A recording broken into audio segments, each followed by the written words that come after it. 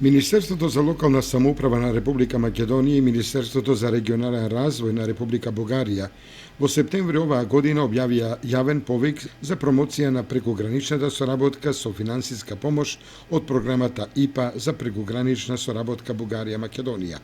Проектните предлози мора да се однесуваат на една од трите приоритетни области, тоа животната средина, туризмот и конкурентноста. Услов за поднесување на предлог проекти е постоење на две партнерски организации по една од двете страни на границата, од кои една е водечки партнер, а другата само партнер. Една организација може да аплицира најмногу два пати како водечки партнер или како партнер. Крајниот рок за поднесување на апликациите е 25 јануари 2016 година.